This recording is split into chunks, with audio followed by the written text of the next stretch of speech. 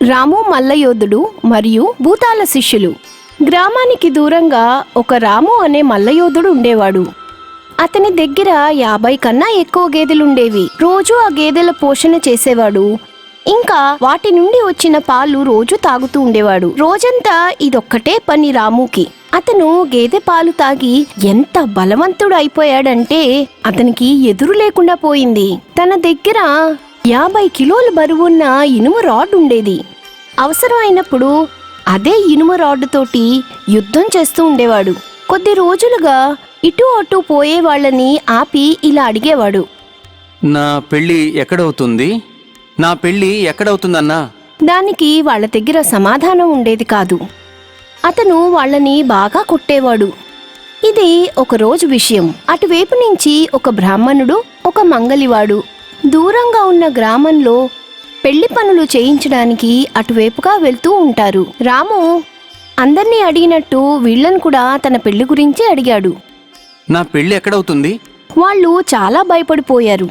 వాళ్ళకి తెలుసు రాముకి సమాధానం చెప్పకపోతే వాళ్ళని బాగా చితకబాదుతాడని. మంగళవాడికి ఒక ఆలోచన వచ్చింది. దూరంగా ఉన్న తాడి చెట్టును చూసి ఇలా అన్నాడు. నీ పెళ్ళి అక్కడవుతుంది. రాము మల్లయోధుడు చాలా సంతోషించాడు. అతని దగ్గరున్న 10 గేదెల్ని వీళ్ళిద్దరికీ సమర్పించుకున్నాడు. వెళ్ళండన్నా, పండగ చేసుకోండి మీరంతా. వీటిని మీరు తీసుకెళ్ళండి. ఇన్ని నేనేం చేసుకుంటాను. ఇప్పుడు నేను వెళ్తున్నాను నా అత్తగారింటికి మర్యాదలు చేయించుకోవడానికి. ఇలా అని అక్కడి నుంచి రాము నడుచుకుంటూ వెళ్ళాడు. ఆ తాడి చెట్టుని లక్ష్యంగా చేసుకుని వెళ్ళాడు. అక్కడ ఒక చిన్న పూరె గుడిసె ఉంది. గుడిసె లోపల ఒక ఆడమనిషి, ఒక చిన్న పాప ఉన్నారు. రాము మల్లయోధుడు వాళ్ల ముందుకెళ్లి నుంచున్నాడు. ఆ ఆడమనిషికి అర్థం కాలేదు అతనెవరో అని. కాని ఇలా ఆలోచించసాగింది.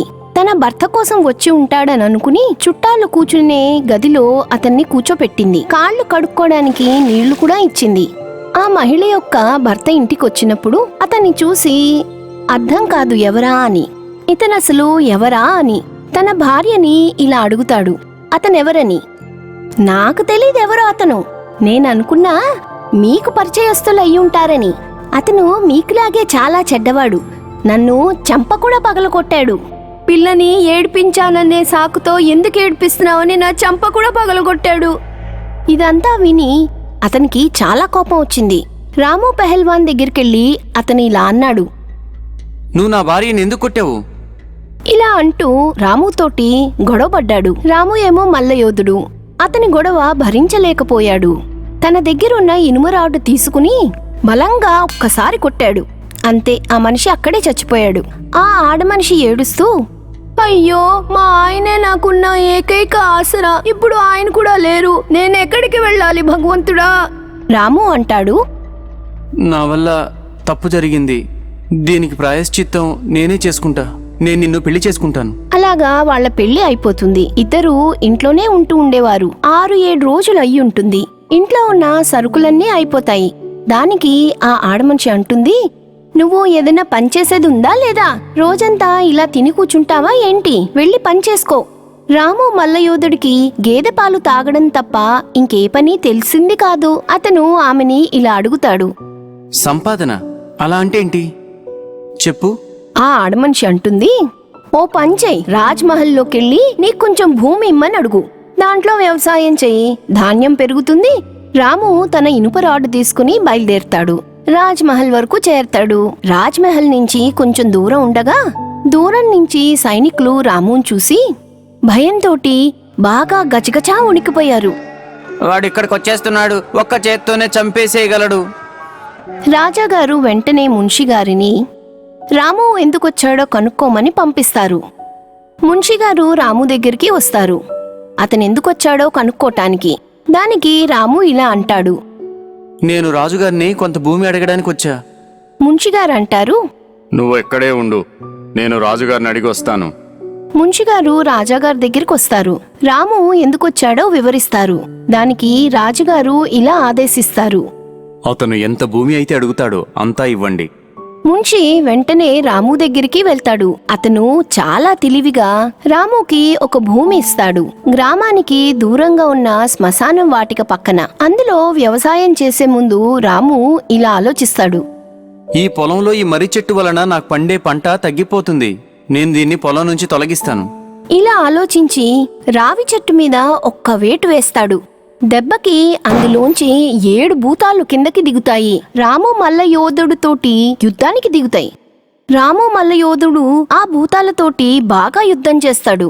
కొన్ని భూతాలకి తల విరిగితే, కొన్నిటికి చెయ్యి విరిగితే, ఇంకొన్నిటికి కాలు విరిగింది. అన్నీ లైన్లో నుంచున్నాయి. రాముని క్షమించమని అడిగాయి.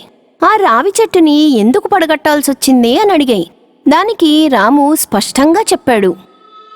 ఇది నా పొలంలో ఉంది, అందుకే దీన్ని తొలగిస్తాను నేను. భూతాలు రాముతోటి అన్నాయి, మేము ఈ పొలంలో పండే పంటకు సమానంగా ధాన్యాన్ని మీ ఇంటికి చేరుస్తాం. అయితే మీరు ఈ చెట్టు మాత్రం తొలగించొద్దు. ఇది మా ఇల్లు. మేము ఇక్కడ కొన్ని సంవత్సరాల నుంచి ఉంటున్నాం. రాము యోధుడు చాలా బలమైనవాడు. బలవంతులు ఎప్పుడూ బాగా దయ చూపిస్తారు. అందుకే రాము ఒప్పుకుని ఇంటికి వెళ్ళిపోతాడు. ఇంటికి వెళ్ళిన తర్వాత రాము ఇంట్లో సరుకులన్నీ 6 నెలలకి సరిపడా భూతాలు నింపి పెట్టేస్తాయి. రాము పని చక్కగా జల్సా చేస్తూ ఉండేవాడు. భూతాల పని మాత్రం బాగా కష్టం అనిపించింది. అవి పని చేసి చేసి బాగా సన్నగా అయిపోయాయి. చాలా రోజుల తర్వాత భూతాల గురువు అక్కడికొస్తాడు. ఆ భూతం వాళ్ళందరూ బాగా సన్నగా ఉండడం చూసి కారణం అడుగుతుంది. అన్ని భూతాలు చెప్తాయి, రాము అనే పహిల్వాన్ ఉన్నాడు. వాడి బలానికి తలొగ్గి వాడికి సరుకులు ఇవ్వడానికి పని చేస్తుండడం వల్ల మా శక్తి అంతా అయిపోతోంది. దీని కారణంగా మేము రోజు బలహీనపడుతున్నాం. గురువుగారికి మాట విని కోపం వచ్చింది. రాము మీద కక్ష తీర్చుకోటానికి పిల్లి వేషం వేసుకుని రాము ఇంటి దగ్గరికి వెళ్ళాడు. రాము యోధుడి ఇంట్లో రోజు ఒక పిల్లి వచ్చి ఇంట్లో ఉన్న పాలన్నీ తాగేసేది. ఇవాళ ఆ పిల్లికి బుద్ధి చెప్పడానికి రాము యోధుడు తలుపు వెనకాల నుంచుంటాడు. పిల్లి రూపంలో వచ్చిన భూతాల గురూజీ రాము తలుపు వెనకాల దాక్కోవటం గమనిస్తుంది పిల్లి. పిల్లి గమనిస్తూ ఉంటుంది. రాము పరధ్యానంగా ఉన్నప్పుడు మీద పడి దూకుదామని తలుపు వెనకాల రాము కూడా పిల్లి మీద ధ్యాస పెడతాడు. తను కూడా మాటు వేసుకుని రెడీగా ఉంటాడు. పిల్లి ఎప్పుడు ఇంట్లోకి వస్తుందా అని. వచ్చిన వెంటనే దాని నడుం విరక్కొట్టాలని. పిల్లి రానే రాదు. రాము యోధుడు మెల్లిగా వెనక్కి నడుచుకుంటూ వెళ్ళి పొయ్యి వెనకాల వెళ్ళి దాక్కుంటాడు. పిల్లి లోపలికి వచ్చింది. అక్కడ ఉన్న రాముని చూసి ఒక్కసారిగా మీదకి ఉరికింది. తయారుగా ఉన్న రాము తన కట్టీని తీసుకుని పిల్లి నెత్తి మీద ఒక్కటిచ్చాడు. అంతే, పిల్లి నడుం విరిగింది. అంతే, భూతాల గురువుగారి పని అయిపోయింది. ఒంట్లో ఉన్న ఎముకలన్నీ విరిగాయి. పిల్లి వేషంలోంచి భూతాల గురువు బయటికొచ్చి రాముని క్షమించమని అడిగాడు. రాము మల్లయోధుడు అతన్ని అడిగాడు, వదిలేయడం తప్ప నీకేం శిక్ష అయ్యాలి? గురూజీ వెంటనే ఇలా ఒప్పుకున్నాడు. ఇప్పుడు మీకు ఎంత సరుకు అయితే వస్తుందో అంతకు రెట్టింపు సరుకు ఇస్తాను నేను. ఈ మాట విని భూతాల గురువుని రాము వదిలేస్తాడు. భూతాల గురువు జరిగిందంతా వాళ్ళ శిష్యులకి వివరిస్తాడు. ఇప్పుడు సరుకులు రెట్టింపుగా ఇవ్వాలి. ఇది విన్న భూతాలు తల బాదుకోవడం మొదలుపెట్టాయి.